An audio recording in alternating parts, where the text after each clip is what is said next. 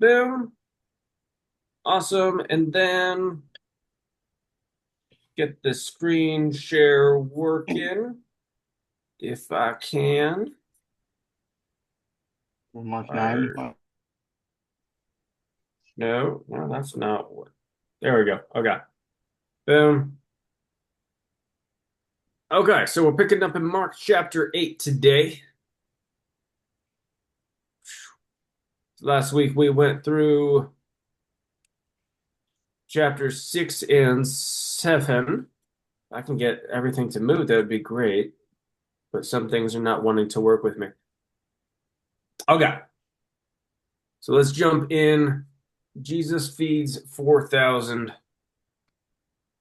In those days, when there was again a large crowd and they had nothing to eat, Jesus called his disciples and said to them, I feel compassion for the crowd because they have remained with me now for 3 days and have nothing to eat. And if I send them away hungry to their homes, they will faint on their way, and some of them have come a great distance. And his disciples answered him, where will anyone be able to find enough bread here in this desolate place to satisfy these people? And he was asking them, how many loaves do we have? And they said, seven.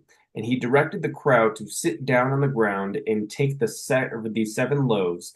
He gave thanks and broke them. And he kept trying to give them to his disciples to serve them. Or no, sorry. And he kept giving them to his disciples to serve them, and they served them to the crowd. Then they also had a few small fish, and after he blessed them, he ordered these be served as well. And they ate and were satisfied, and they picked up 7 large baskets full of what was left over of the broken pieces. Now about 4,000 were there, and he sent them away. And immediately he entered the boat with his disciples and came to the district of Dalmanutha. That's a fun word. And the Pharisees came out and began to argue with him, seeking from him a sign from heaven, testing him. And sighing deeply in his spirit, he said, why does this generation seek a sign? Truly, I say to you, no sign will be given to this generation. And leaving them, he again remarked and went away to the other side. And they had forgotten to take bread, and did not have more than 1 loaf in the boat with them. And he was giving orders to them, saying, watch out, beware of the leaven of the Pharisees and the leaven of Herod. And he began to discuss uh, with one another the fact that they had no bread. And Jesus, aware of this, said to them, why do you discuss the fact that you have no bread? Do you not yet perceive or understand? Do you have a hardened heart? Having eyes, do you not see? And having ears, do you not hear? And do you not remember when I broke the 5 loaves for the 5,000, and uh how many baskets full of broken pieces you picked up? They said to him, 12. When I broke the 7 for the 4,000, how many large baskets full of broken pieces did you pick up? They said to him, 7. And he was saying to them, do you not yet understand? And they came to Bethsaida, and they brought a blind man to Jesus and pleaded with him to touch him. And taking the blind man by the hand, he brought him out of the village. And after spitting on his eyes and laying his hands on him, he was asking him, do you see anything? And he looked up and was saying, I see men, for I see them like trees walking around. And then again he laid his hands on his eyes, and he looked intently, and he was restored, and he began to see everything clearly. And he sent him to his home, saying, do not even enter the village. And Jesus went out along with his disciples to the village of Caesarea Philippi, and on the way, he was asking his disciples, saying to them, who do people say that I am? So this is the parallel to Matthew 16. So Matthew 16:18, the thing that Catholics try to use, this is the exact parallel of the exact same event. Hmm. Hmm. Um, so who do people say that I am? Um, and they told him, saying, John the Baptist, and others say Elijah, but others, uh, one of the prophets. And he continued asking them, But who do you say I am? Peter answered and said to him, You are the Christ. And he warned them to tell no one about him. And he began to teach them that the Son of Man must suffer many things and be rejected by the elders and the chief priests and the scribes and be killed, and after 3 days rise again. And he was stating the matter openly. And Peter took him aside and began to rebuke him. But turning around, seeing his disciples, he rebuked Peter and said, Get behind me, Satan, for you are not setting your mind on God's interests, but man's. And he summoned the crowd with his disciples and said to them, If anyone wishes to come after me, he must deny himself and take up his cross and follow me. For whoever wishes to save his life will lose it, but whoever loses his life for my sake and the gospel's will save it. For what does it profit a man if he gain the whole world and forfeit his soul? For what will a man give in exchange for his soul? For whoever is ashamed of me and my words in this adulterous and sinful generation, the Son of Man will also be ashamed of him when he comes into the glory of his Father with the holy angels. Questions? Taking up your cross, that basically means like denying your flesh, right? Like on a daily basis, like oh, you know what? I'm not gonna be doing this because well, basically like resisting like temptation in a way. Mhm. Is that what Yeah, taking up your cross it means? it's going to it could be applied in that context, but the more literal case that he's expressing with this is quite literally be willing to die. And so it's not just avoiding temptations, but you need to die to yourself. You need to kill your sin. You need to be willing to let God tear you down to rebuild you properly. So if you're not willing Hmm. to die, don't follow him. So that's why he's explaining that for whoever wishes to save his own life will lose it. Whoever loses his own life for my sake and the gospel's will save it. Meaning, if you're willing to die for me, you're going to be Hmm. saved. If you're not willing to die for me, then don't come to me at all. So Hmm. it is a lot more literal than just a Like a resist temptation. temptation kind of thing. That can Okay. be applied from it, but the more literal meaning there is quite literally if you're not willing to die for Jesus, don't bother coming to Jesus. Amen. Any other questions? Um, Was that is that the same time that Jesus tells Peter like get behind me, Satan, or he tells him that twice?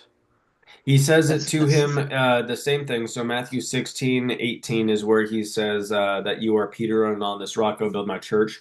Verse 23, I think it is. So 5 verses later is where he calls Peter Satan. And in this, it doesn't have him express that Peter, um, he doesn't have him rename him Peter in this. It just skips that part. And it goes straight to Peter being rebuked by Jesus and Jesus calling him Satan. Oh, Yeah, so I'm this is sorry. the Yeah, I same. thought Yeah, yeah, I so remembered it being closer to the Last Supper or like mhm. in that. So, Yeah, so Yeah, at the they Last think Supper is whenever he's expressing that Peter's going to betray him. hmm. But in this, he calls him Satan, which by today's standards, that would be like basically cussing at someone to refer to someone as Satan.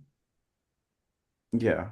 So it's like it's a very aggressive, very harsh thing for him to say that, the same kind of way that in Yeah, other I saw parts your he says video. that people are sons of Satan. Yeah, I seen your other video where you kind of explained when they're saying like, "Oh, you sons of snakes" or "You brood of vipers." It's like the equivalent of saying like, "Oh, you son of a bee." It's even more extreme than that though, because like Yeah. dogs are fluffy and adorable.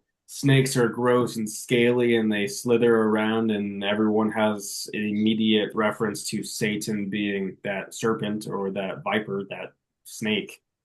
So Yeah. it's it's even more offensive in the way that they use it. Oh yeah, yeah.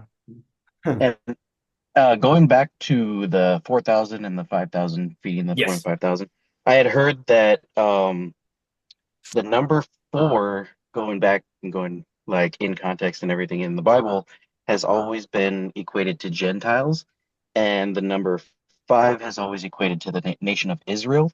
And so the 12 left over means the 12 tribes of Israel, and then the seven leftover baskets meaning that he's going to graft in the Gentiles into the chosen people of God.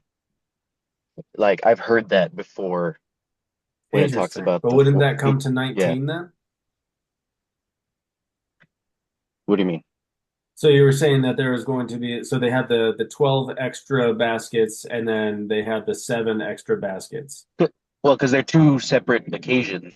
So meaning that the 4,000 would be the Gentiles that he's going to graft in because the number seven equals that are not equals, but represents the Lord's number. So he was going to graft in the Gentiles into the chosen people of God. Like I've heard that before, and I was like, oh, I had never even thought of it that way. Interesting. I've never, Yeah, because I've heard that. Yeah. um, So they a lot of scholars believe that the 4,000 were Gentiles and the 5,000 were Jews. Oh, because he feeds um, two different events, right? Yeah, they're two separate occasions, Oh, but very I get what you're interesting. Gen saying. yeah, they like Huh. scholars believe that the 5,000 the crowd of 5,000 were Jews and the crowd of 4,000 were Gentiles, and the reason he had 12 left over with the 5,000 was because there was 12 tribes of Israel, and then the reason that there was seven left over with the 4,000 was because he was going to graft in the Gentiles into the chosen people of God. Okay, but time out real quick with that. Not, I've heard that before, so I'm like, I'm thinking about it. But there's also a verse where it talks about somebody who's not Jewish Mhm. asking a lady asking Jesus to save her daughter from a demon, and he tells her like I'm here for the Jews kind of a thing, like putting up Yeah, that barrier. Like he still does help her, but isn't his main thing to be for Jews at this moment? yeah. His focus is to reach his people.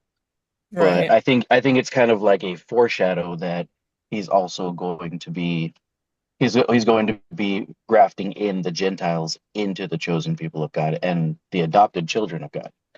Yeah, d during Jesus's ministry, didn't he also like preach to Gentiles too, or he Yeah. even sent his disciples to go do like healings and stuff and like a bunch of different places? Yeah, but a lot of the time that Jesus would have been preaching to Gentiles would have been just like the random people in the crowd. He didn't like specifically target them. Right. Mhm.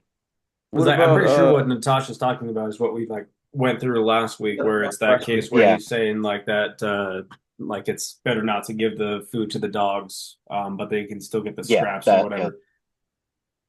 So Hmm. interesting. 'Cause doesn't Paul say first to the Jews and then to the Gentiles? Yep, Romans one Mhm. sixteen.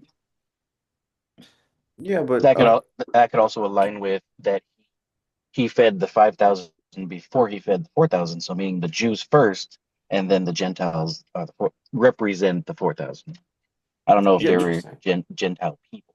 didn't they recommend, I mean, didn't they kind of like like the Sumerians, didn't they like not recognize them as Jews like anymore? Yeah, they were kind of considered like hybrids. They were Yeah. seen as Gentiles, but they also had Jewish blood. Yeah, and isn't that where like didn't he meet like a Sumerian woman at the John well? 4. Yeah. Which, But just those out are of curiosity. Yeah, No, I I'm don't just saying know if like that I would be don't think considered. Let's see here, because That's I still part did. of Abraham, though.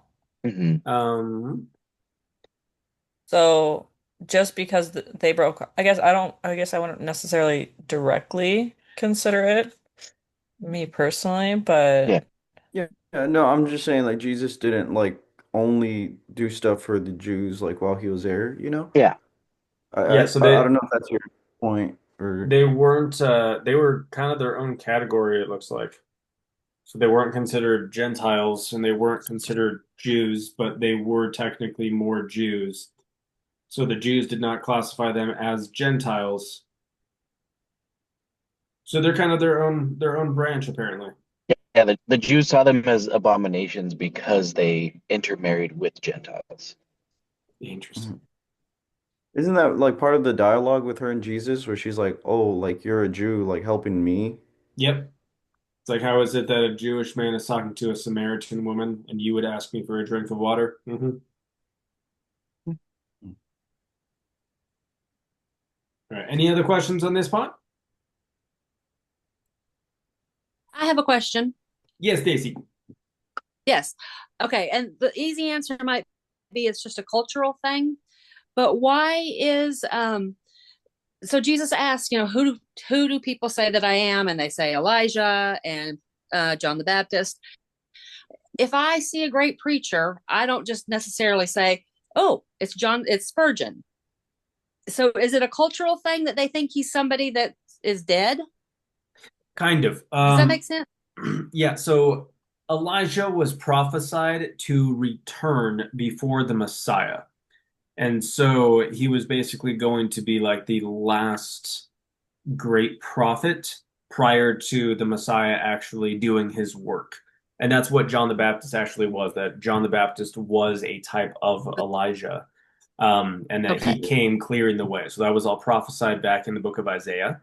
And so it has that kind of a context to it where all these people, they knew when the Messiah was coming. They knew like generally like what year he was supposed to be coming in because Daniel chapter 9 literally tells them the exact year it's going to happen. They just have to do the math and count it out. So everyone back then, they knew that something was going to happen. Um, Okay. so he's asking, who do people say I am? And a lot of people that are just hearing about his miracles are assuming that he is either John the Baptist or Elijah who has come back. They're not saying, these random people are not saying that he's the Messiah, that he's the Christ, but his disciples say like, yeah, no, you're definitely God. You're not just Elijah. Thank you. Mhm. Okay, let's hop into chapter 9. If ever this loads. Oh, yay, the transfiguration. Let's go. One of the most confusing parts of the entire Bible. Let's do it. See, Catholics will consistently try to pretend that this is evidence for why you can talk to dead people. And we're going to show why that's not correct.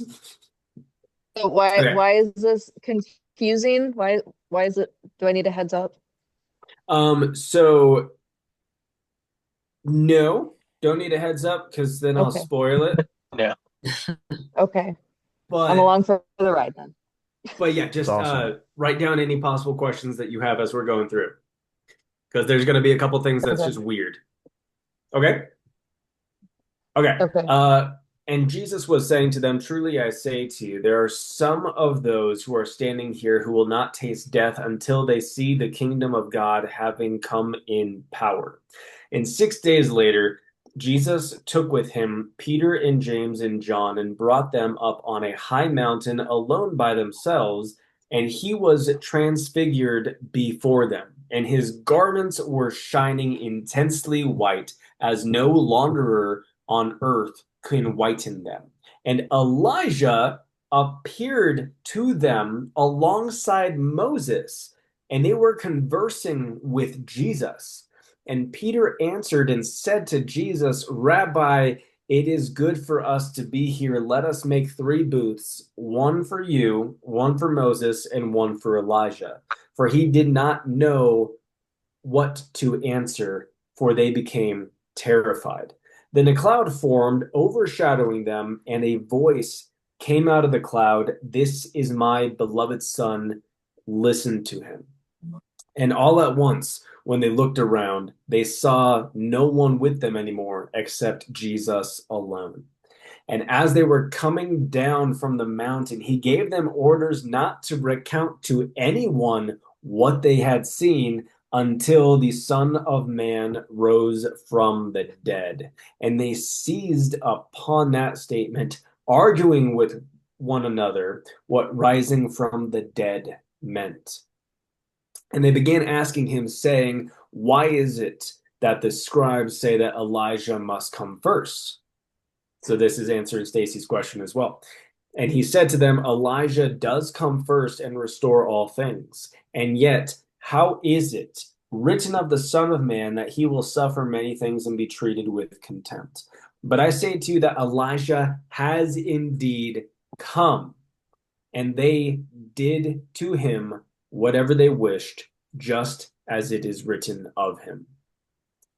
So we'll take a break at that point for verse 14, jump back in and explain what's going on here. So the transfiguration, this is where they see Jesus literally transform physically into a glorified state. So they see his robes glowing white. This is kind of like if we jump to Revelation chapter 1, you see this description of Jesus in his glorified form. So let me pull that up and then read what he looks like there. And basically that gives more detail on what he looks like right here. But what happens is they go up on this mountain. And does anybody know the name of the mountain? It's not Sinai, right? It's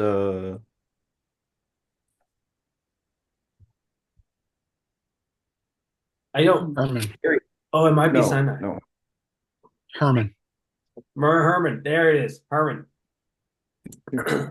So there were only two people in the entire Bible that you see go up and climb onto Mount Hermon to talk to God directly face to face in the Old Testament. You see Moses and Elijah. So right here, you are seeing Jesus talking to these people who have been dead for over 1,000 years for one and over 700 years for the other. He's talking to them face to face in a glorified form. But these people are not actually there. They're not actually dead. They're not alive. What they're seeing is basically a collapse of time. Where in the Old Testament, you see these Christophanies, you see the theophanies, you see the Son of God in the Old Testament. This is giving an example of one of those times, where it's literally you see Jesus appearing to Moses and Elijah on that exact spot where he would talk to them in the Old Testament. So this is not them coming back from the dead. This is literally a weird collapse in time where it is showing these events that took place 700 years apart from each other, approximately. Very cool. I looked it up. It is Sinai, but I didn't know that Horeb was the same mountain as Mount Sinai. 'Cause Oh, interesting. yeah, in Elijah's it'll tell you that like when Kings it'll tell you that he went to Mount Horeb, but I didn't know that it was actually the exact same mountain. That's awesome. I Yeah, get the names of the mountains thought it was two confused all the time. ones. Yeah. So, like the disciples, they also saw Jesus talking with Elijah and Moses, or Only Only Peter and three of John. them. And James. okay. Oh yeah, yeah, Peter, John. Peter, James, and John. So only they saw this, and he told them not to mention it to anybody until he comes back from the dead. And then they immediately start arguing each other on what it means that he's going to rise from the dead. They had They did not understand that. They thought it was metaphorical. It's pretty plain and simple. Well, it's very reasonable on why they would struggle with that understanding, Exactly. though. Exactly. What I don't get But though is like why Jesus did raise people from the dead. yeah. What I don't get is why Peter wanted to build tabernacles. Tents.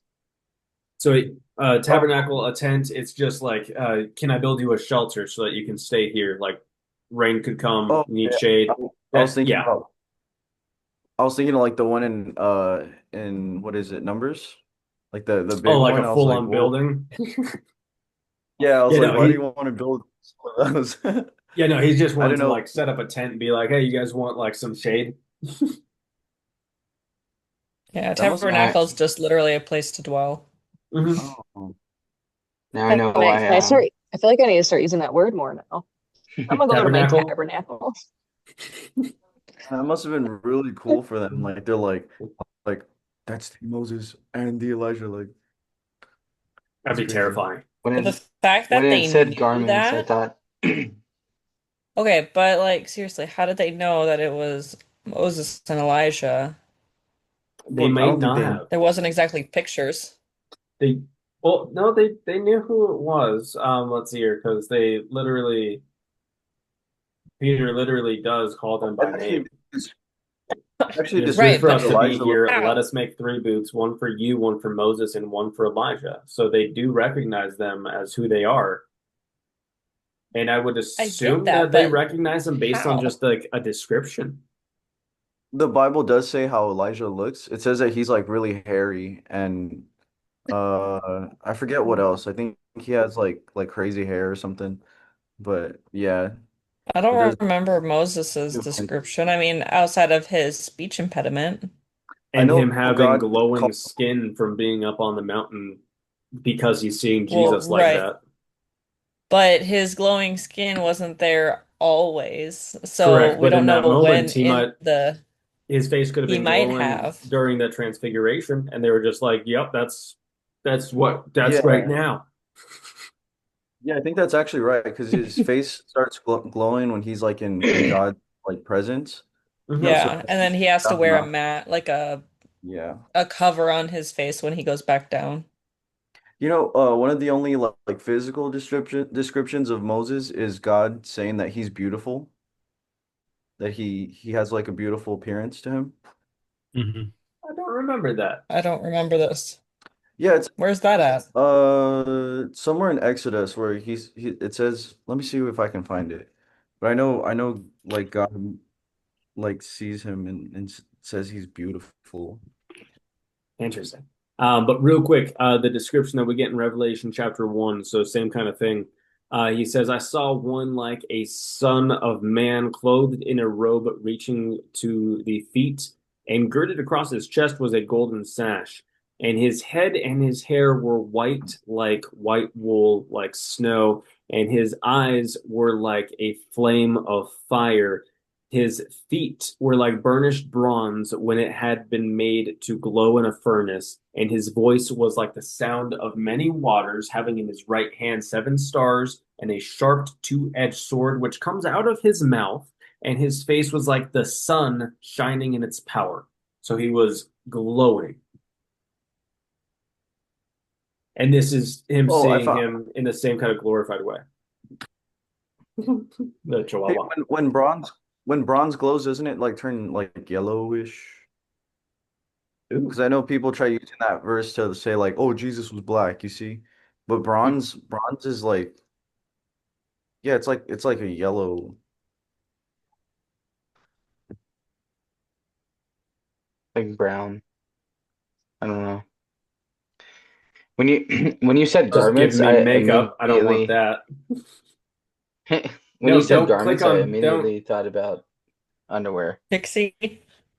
Hmm. I didn't mean to. I don't know what it clicked on. It's not loading. But it doesn't say burning Metal. In a bronze. Makeup furnace. shopping.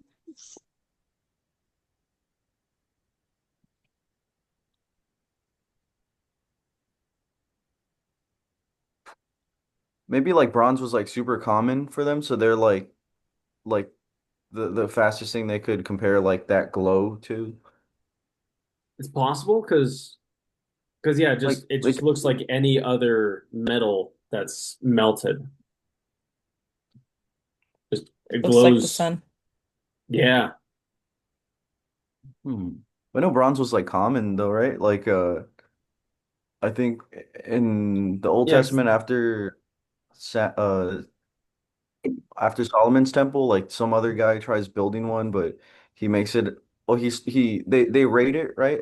And they stole like these golden shields that they had in there. And this one king, he's not as rich as them, so he just makes them out of bronze, like the next material that they had. So they're like a cheap copy of what Solomon had. Okay. 'Cause I know Nebuchadnezzar has that dream. And in that dream, he has the head is made of gold, the body is made of steel, the legs are made of bronze, and then the feet are made of iron and dirt. Oh, interesting.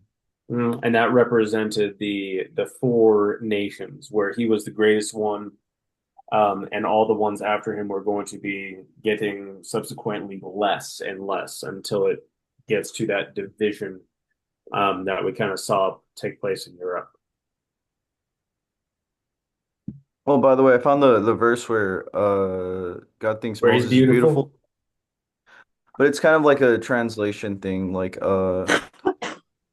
I guess there's not like a proper word there, so some people will put, well, it's when he's born. It says at the time Moses was born, he was beautiful in God's sight. But I mean, it's not like physically beautiful, I guess. It I thought I remembered it like later on, but yeah, some Interesting. say like beautiful, or some also say like no ordinary child, or goodly, like good. Okay. I don't know, it's 'Cause weird. I know it describes David as being handsome, Yeah, but and King Saul. does it describe Saul as being handsome? Yeah, it said that he was like taller than everybody, and that he was Height doesn't equate more to handsome. no. Height isn't handsome. No, No. short kings. Yeah, Yeah. I'm the exact same height as Taco. Five, You just upset six. all the you just upset all the short kings right now, dude. Well, that's what the Bible says. I don't know. Yeah, it describes him like he stood out, and that's why they that was like a reason that he That they fit followed him. as a king. Yeah, that he was like Interesting. taller than everyone, and like handsome. Then why didn't Goliath come in as king? He's way Who taller. told him? Yeah. The primary components of bronze are alloy, copper, and tin, which are both very shiny. Interesting. Nice. I got a bunch of copper in my garage right now. Pennies don't count. It's They from made the wire. last penny.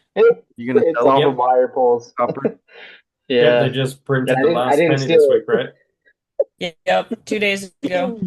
2 days ago? Yep. Yep. No more So pennies. I got a lot of people saying, "Hey, can I get pennies?" And then my boss is like, "Businesses only." And I'm like, "Okay." Wait, what? We're on a penny shortage? What'd you say? Interesting. We No, they're They're not. not stopped making minting them. pennies They're 2 not days minted ago. any longer. Yeah, dude, you got one for you right there.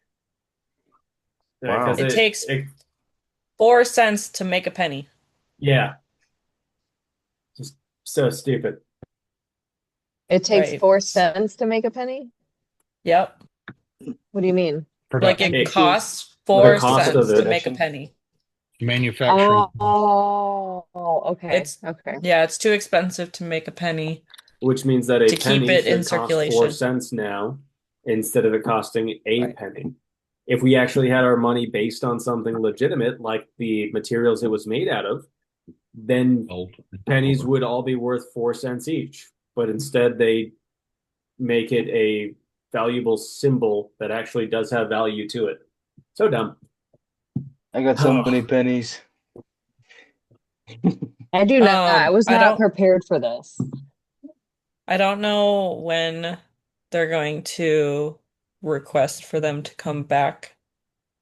But I find it weird that like they minted them until they ran out of supply, um, and then send them out, and then they're gonna bring them all back in at some point. And I'm like, They'll probably come back as aluminum. Well, Like I'm in not 40, even kidding. Like it'd be like the lid of a pop can. I would assume that that's the actual little tab. I would assume that's going to be what pennies feel like in the future because that's going to be like one of the Is cheapest possible metals that they can make for a 1 cent. no, we're not making pennies at all anymore. in Eventually, we might if it 1942, have comes to. back. I'm talking Yeah. way down the 42 and line. 43, the penny was made out of Oh. steel. There you Wow. go. Well, there's a lot of countries that don't have 1 cent. I can't believe that you just said pop right now, dude. That's the most Idaho thing I've heard all day. Oh, who said I say pop. Yeah, pop. Midwest. Yeah, dude. I'm a Did I say Michigander, pop and can? I say soda. Ah, Yeah. tell. What? Pop and fry sauce. You're my I say Pop Midwesterner. just You're sounds supposed to be with weird. me. I say It sounds pop weird and to me. soda. It's a soda. Soda pop. Soda I guess pop. I'm the one Just a little bit of soda as pop. Coke for. Yeah, in New Mexico, everything's a Coke. Everything's In Yeah. Coke. Idaho, I was born everything's in pop. Mexico. Perfect. Yeah, see? That's In just Idaho, it's pop. And don't ask for ketchup, it's only fry sauce. Fry So do They you call it say fry like a sauce? Sprite Coke or something? Weird. That's funny. But okay, let's continue verse 14. And when they came back to the disciples, they saw a large crowd around them and scribes arguing with them. And immediately, when the entire crowd saw him, they were amazed. And as they ran up, they were greeting him. And he asked them, "What are you arguing with them?" And one of the crowd answered him, "Teacher, I brought you my son, possessed with a spirit which makes him mute. And whenever it seizes him, it slams him to the ground, and he foams at the mouth, and he grinds his teeth, and he becomes rigid. I told your disciples to cast it out, and they could not do it." And he answered them and said, "O unbelieving generation, how long shall I be with you? How long shall I put up with you? Bring him to me." And they brought the boy to him. And when he saw him, immediately the spirit threw him into a convulsion, and falling to the ground, he began rolling around, foaming at the mouth. And he asked the father, "How long has this been happening to him?" And he said, "From childhood. And it has often thrown him both into the fire and into the water to destroy him. But if you can do anything, take pity on us and help us."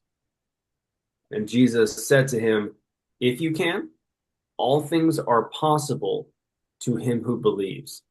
Immediately the boy's father cried out and was saying, "I do believe, help my unbelief." Now when Jesus saw that a crowd was rapidly gathering, he rebuked the unclean spirit, saying to it, "You mute and deaf spirit, I command you, come out and do not enter him again." And after crying and throwing him into terrible convulsions, it came out, and the boy became so much like a corpse that most of them said, "He's dead." But Jesus took him by the hand and raised him, and he stood up. And when he came into the house, the disciples began questioning him privately, saying, "Why could we not cast it out?" And he said to them, "This kind cannot come out by anything but prayer." Jesus foretells his death and resurrection. From there, they went out and were going through Galilee, and he was not wanting anyone to know about it. For he was teaching his disciples and telling them, "The Son of Man is to be delivered into the hands of men, and they will kill him. And when he has been killed, he will rise again 3 days later." But they did not understand this statement, and they were afraid to ask him. And they came to Capernaum, and when he was in the house, he began to question them, "What were you discussing on the way?" But they kept silent, for on the way they had discussed with one another which was the greatest. And sitting down, he called the 12 and said to them, if anyone wants to be first, he shall be last and the servant of all. And taking the child, he set him before them.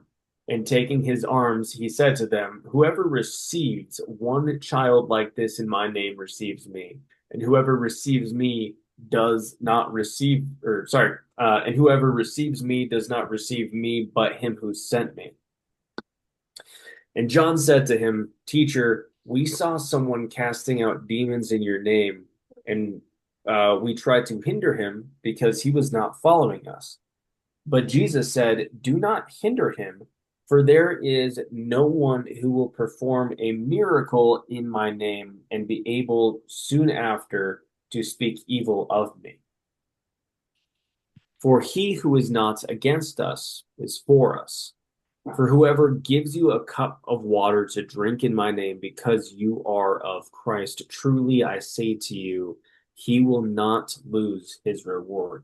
And whoever causes one of these little ones who believe to stumble, it would be better for him if, or with a heavy, sorry, words are hard right now. It would be better for him if with a heavy millstone hung around his neck, he had been cast into the sea. And if your hand causes you to stumble, cut it off. It is better for you to enter life crippled than having two hands and go into hell, into the unquenchable fire. And where the worm does not die and the fire is not quenched. Now, that just caught my attention because I recalled this word being where it's saying where the worm never dies. But this says where their worm never dies. That's what mine says too. All right, let's do a little digging into that because that's weird and that doesn't make sense in my brain. Yeah, This is what's why I the love. worm represent? Yeah, so What verse is that? 44? yeah, their worm. Why is it their worm?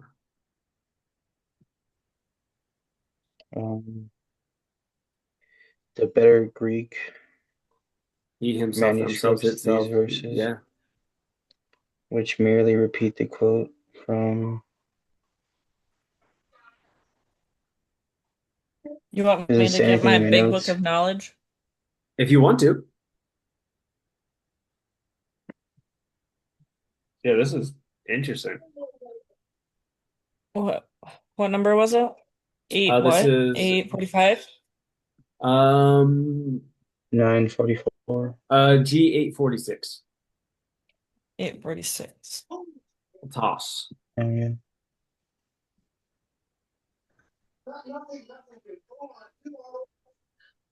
You say G 846?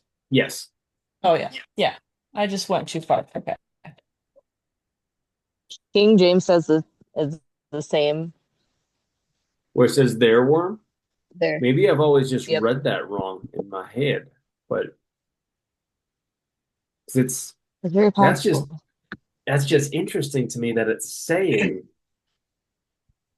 It's not their referencing worm. like Yeah. passage or something. Their I worm don't dies not.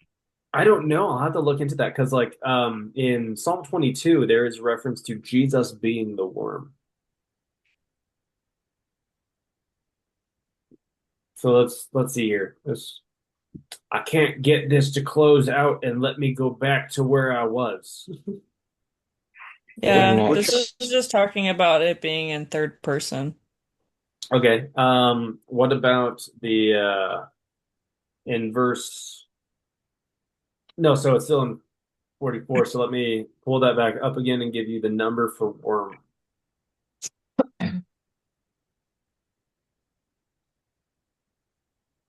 Where the worm does not die. G4663. Scolex.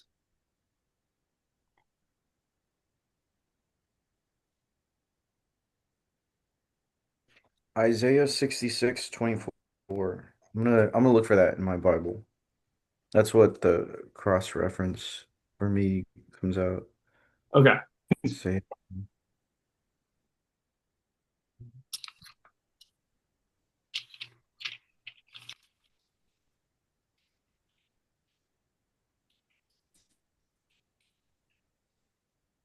This kind of worm preys upon dead bodies. You know, that's kind of like the Uh, thought that I had, but I didn't want to sound stupid. Yeah, like that a grub, a maggot, or an earthworm.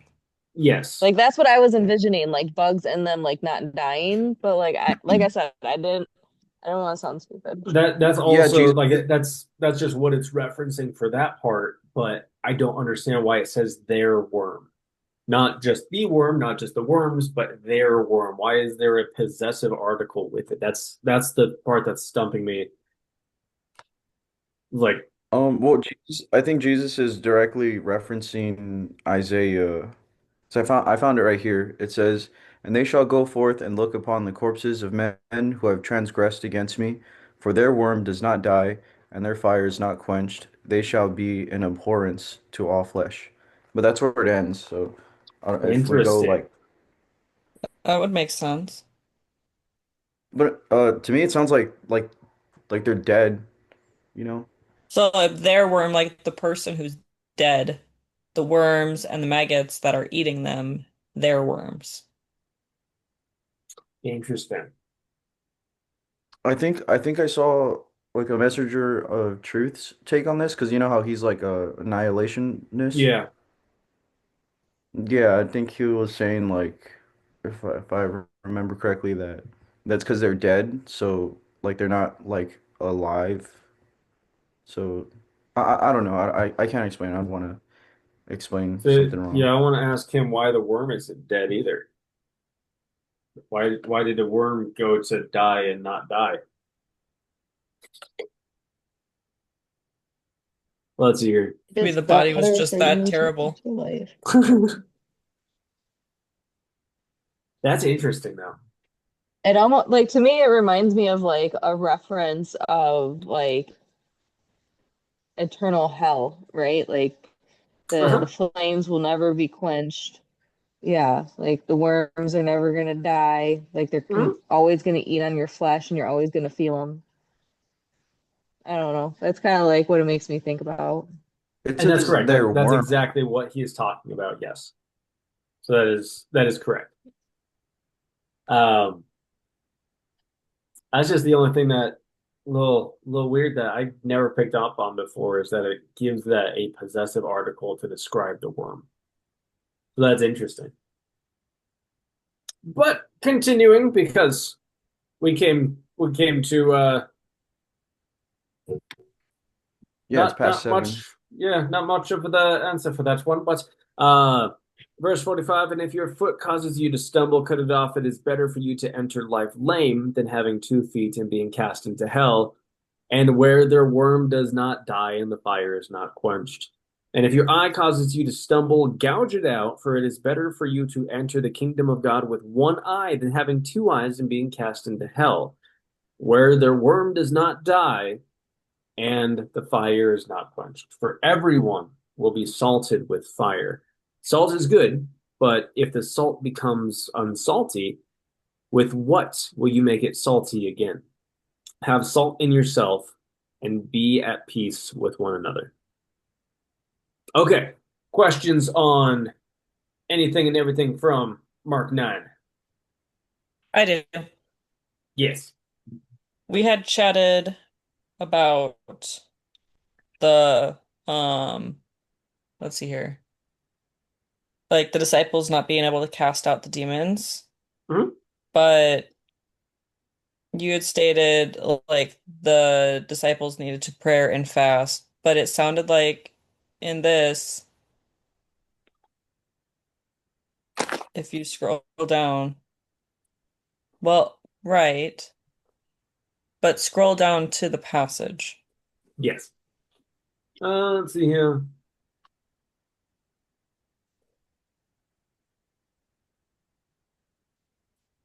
That one. This kind, Hmm. why could we not cast it out? This kind come out. cannot come out by anything but prayer.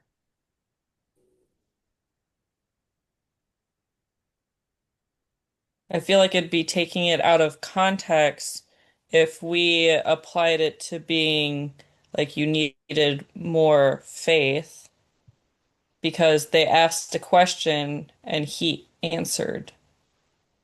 Correct. Why could we not Right. cast it out? And he said to them, this kind cannot come out by anything but prayer. But yet at the same time, Right. Jesus just cast him out by commanding him. So it wasn't with a prayer. So that would be contradicting himself if that were the case. But he's But also God, there, so he correct. doesn't necessarily But need prayer. Jesus always prayed to the Father. Remember? Jesus Right. No, always I'm is not praying to the doubting Father, that. saying that it's always the Father who's giving him the strength to do everything. So even in that context, Jesus would have still prayed right there for that, if that was the context he's referring to. But he's mentioning this kind of disbelief, this lack of faith can only come out with prayer. That's why the other one says that this can only come out with prayer and fasting. Um,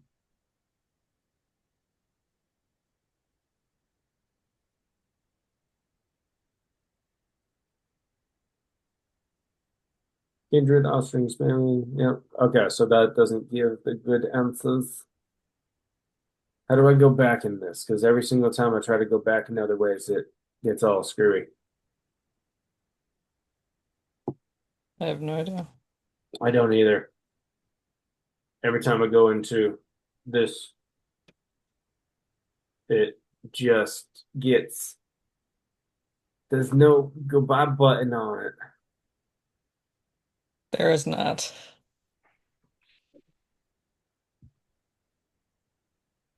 Oh, that made it worse. Well, you can make it even smaller. Look at that. Got it. Go away.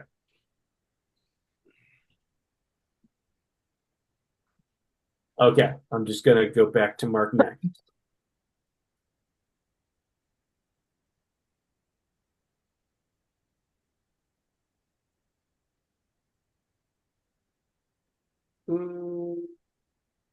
Okay.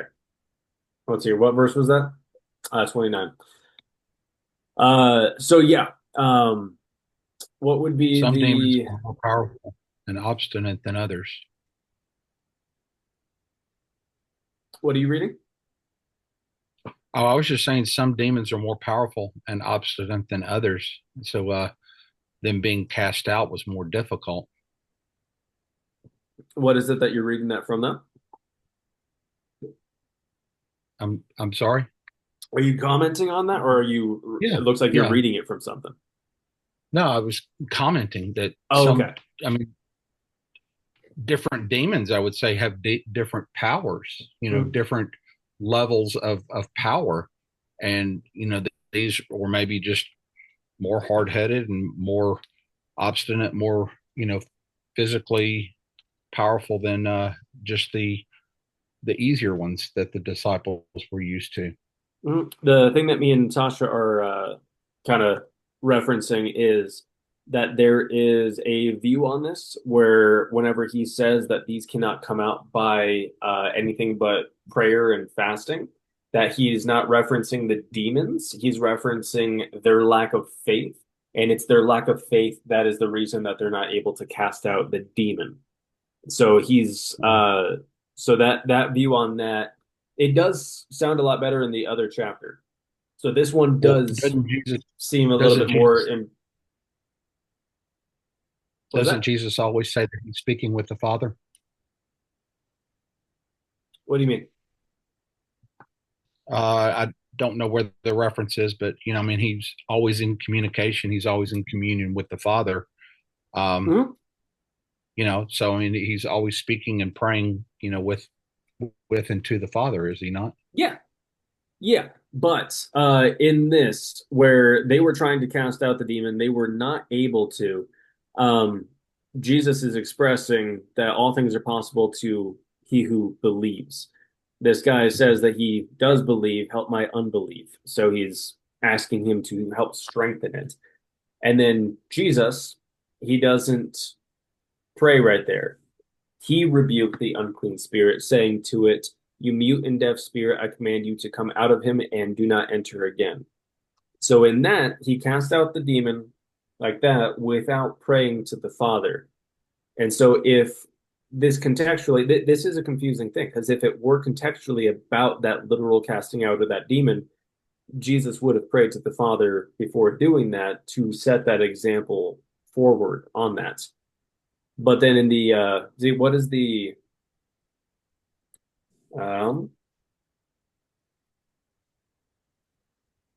So is he saying that the disciples' prayer like wasn't strong enough, and that's why they well, weren't able to, like their Their faith? faith. that their faith was so weak. Yeah.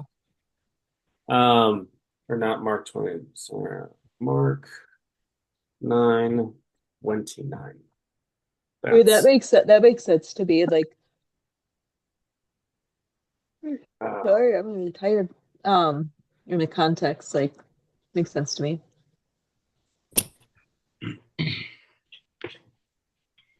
So the commentary in my Bible says, the commentary in my Bible says, and I think it kind of sums it up, what she was saying. The failure is an occasion for encouragement for more prayer, implying that more time and effort in prayer, and therefore being in a closer fellowship with God, leads to a growth in faith. Perfect.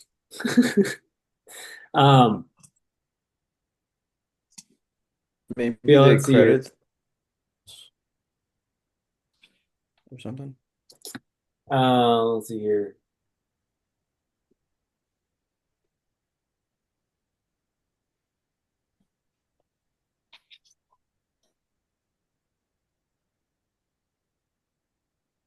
Okay, so the parallel in Matthew 17.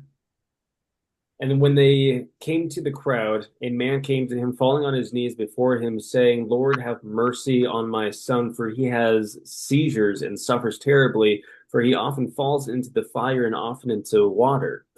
And I brought him to your disciples, and they could not heal him. And Jesus answered and said, O unbelieving and perverted generation, how long shall I be with you? How long shall I put up with you? Bring him here to me. And Jesus rebuked him, and the demon came out of him, and the boy was healed at once. Then the disciples came to Jesus privately and said, Why could we not cast it out? He said to them, Because of your little faith. For truly I say to you, if you have faith the size of a mustard seed, you will say to this mountain, Move and go from here to there, and it will move, and nothing will be impossible for you. But this kind does not go out except by prayer and fasting. So that's one of them. We'll read Luke real quick, but that goes into, it could either be talking about that kind of demon only goes out with prayer and fasting, which again wouldn't contextually make sense because it went out without prayer or fasting. But if this is the subject, this kind of lack of faith, this kind of disbelief only goes out by prayer and fasting, that would make more sense in that application. Going to Luke chapter 9. Now it happened that on the next day, when they came down from the mountain, a large crowd met him, and behold, a man from the crowd cried out, saying, Teacher, I beg you to look at my son, for he is my only begotten. And behold, a spirit seizes him, and he suddenly screams, and it throws him into convulsions with foaming, and only with difficulty does it leave him, crushing him as it leaves. And I begged your disciples to cast it out, and they could not. And Jesus answered and said, O unbelieving and perverted generation, how long shall I be with you and put up with you? Bring your son here. Now, while he was still approaching, the demon slammed him to the ground and threw him into a convulsion. But Jesus rebuked the unclean spirits and healed the boy and gave him back to his father. And they were all astonished at the majesty of God. So that one does not mention the following conversation. Interesting. It might, Because it Luke ends was up. like, I don't want to call myself out for having little faith. Well, Luke wasn't there. Luke is Just the one kidding. who was reiterating everything. Oh, right. For which one? Paul? For all of them. Yeah, so Luke Oh, was a okay. physician who interviewed all of the apostles, and he wrote down all of their testimonies and collected them together. And then Mark was the one who wrote down for Peter. So Mark was Peter's testimony. So the one that we're currently reading through, this is all Peter's eyewitness. Which is why we have the transfiguration probably detailed, Yeah, that right? would make sense. Specifically on what it was that Peter said. Um, but yeah, so two different ways to view that. One is to say that the demon can only come out with prayer, and with the other verse, prayer and fasting. Um, but with the other one, it does give you more context where it's describing the faith specifically being so small and saying that that disbelief, that unbelief only comes out with prayer and fasting. So, Right. And I not get that sure. with that one. And I could be wrong on that. It could be talking about the demon. It just doesn't contextually make sense with it because he cast it out without prayer or fasting for that boy. The boy did not need to pray or fast. It would be them who had a faith too weak. And so he's saying to strengthen your faith, you need to pray and fast. Like, depend on God, trust him, actually develop this faith. Does that make Sure, if sense? I could cast out demons. But don't go playing with demons. Oh no, I don't play with demons. No. My boss But if I thinks came she had a across demon near one, her. You what? Huh? My boss thinks she had a demon near her. Her friend was video chatting her and she took a screenshot and there was like a face in the dark. And yeah, ghost I would hunters. totally open up my Bible and start praying to the Lord. And yep, definitely. Scripture would be said. Interesting. But okay, so I do need to get going. The time has come, but we made it through two chapters. That was pretty good. Any other questions on this though before we hop off? Just one quick one. It shouldn't take us on a tangent or anything, but That's you all. know, you know how Catholics, like for example, they say that they, It won't as take soon us as I on a said, tangent. Catholics. as I said Catholics, Josh like popped up like, I popped back in. I heard no, it. you know how they say that like you can only get salvation through the Catholic Church. Mhm. Well, what they use. Wouldn't that verse where they're trying to like rebuke this guy because they're like, oh, he's not with us and he's like doing these things, like wouldn't that contradict that view, like that like do you can only follow Jesus truly through the church, like in their view, because obviously the Catholic Church isn't actually Jesus's church. Mhm. No, it's the LDS church. That's Jesus's church. That's the one true church. But yeah, let's see here. it's the one You true remember church. what verse that was? I don't. It's like kind of like in the beginning-ish. Yeah, let's see here. Yeah, because they're like, oh, who is this guy? Transfiguration. Like, you can do that. You're not with us. And Yeah, Jesus, he was casting out demons in Jesus' name, but they saw him as like, hey, they're not following us. Yeah. He's not following us. He's not with us. But and then Jesus tells them, no, as long as he does good works in my name, that he is still with us. So Yeah, but what yeah, I'm just my what question is, verse doesn't is that it contradict specifically? I remember that from Matthew, but I don't remember that from Mark. No, we just read it. Oh, Do okay, right here. Control Right F. here. Okay. John said to him, Teacher, we saw someone casting out demons in your name, and we tried to hinder him because he was not following us. But Jesus said, Do not hinder him, for there is no one who will perform a miracle in my name and be able to soon afterward, and be able soon afterward to speak evil of me. So the context there, that implication of saying that afterward he won't be able to speak evil, is that these people were potentially doing this in a mocking fashion. And so if they're trying to do this in a mocking fashion, he's saying that if they do end up performing a miracle in my name, that is going to fix them. That is going to make them go, oh, this is real. So I think it's more that kind of inclination because this guy they're trying to stop him from casting out demons in Jesus' name. Right. Yeah. That wouldn't follow if it was actually a legitimate thing, but they try to stop him because he was not following us. So he literally could have been doing it in a mocking way, like the slave girl in Acts 16, potentially. But they're saying like we're trying to stop him, but then Jesus says, "Don't," because if he performs a miracle in my name, he won't be able to soon afterward or continue to speak evil of me. Hmm. So that's interesting. It does follow it with who's not against us is for us. So Yeah. it's very tricky because the dude could just be using it as though Jesus is a magical word and he's trying to do it like a spell or something like. I don't know. There's so many different angles that you can look at this from that I'm Yeah, not because I always positive. yeah, because like when I had first read it, I thought it was more of like this guy's kind of like doing it on his own. Like maybe he does have faith in Jesus, Mhm. maybe even more so than the apostles, because you know how they were Maybe. having trouble, And and maybe maybe this, yeah, like maybe this was they're just like, someone you're that not in our was, group. yeah, he was like randomly in one of the crowds listening to Jesus preach and he got up and just went out and started doing it. So it's He possible. believed.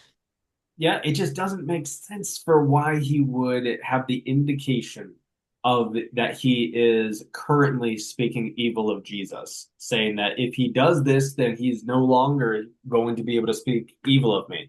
Soon after that, he can't speak evil of me anymore. Like it, Oh, that that's true. seems that just seems weird in my mind. So I'm not positive on that one. So I need to look into that, and I need to look into why there's a possessive attribute of the worm. Or I'm gonna, Well, considering of how like at least with how my Bible is laid out with it, my Bible is pretty much indicating it's because it was referenced in the Old Testament. okay. Because let's see here. Uh, oh, it was Isaiah. yeah, Oh, it's in Psalm Psalm 2. 22, yeah, Jesus says, and this is foreshadowing the crucifixion. This is the same thing that says, my God, why have you forsaken me?" That's verse 1. He says, "But I am a worm and not a man, a reproach of men and despised by the people." Let's see here. And uh, what's the significance Who said of the who said worm? that? Who said that? But I am a worm, not a man. Yeah, this is David prophetically writing in a prophecy about Jesus. So basically it's about Oh, Jesus here. The word is tola for a specific crimson worm. It is not a generic worm. Tola refers to the Coccus ilicis insect used to produce scarlet red dye for tabernacle fabrics and priestly garments. The word dies by attaching itself to a tree. Historically noted behavior, the whoa. female attaches to wood, dies there, stains the wood red. Early Christians saw this as a prophetic picture of Christ dying on the wood of the cross and giving his blood. Hmm. That's sick. Awesome. That is dope. Symbol of extreme humiliation. Hebrew culture viewed a worm as the lowest, weakest creature, symbolizing utter humiliation and despising. It fits the messianic suffering theme of Psalm 22. Mocking, pierced hands and feet, casting lots. Yeah, interesting. Hmm. Okay, any Yeah, I other was gonna say, questions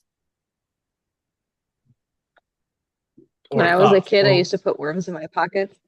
that's That something wasn't that we really a didn't need to question. know. My mom would find them in the washing machine. Nice. gosh. That's horrible. Oh, that's Right. awful. But okay, well then I have to go hop off. But we shall resume this next week.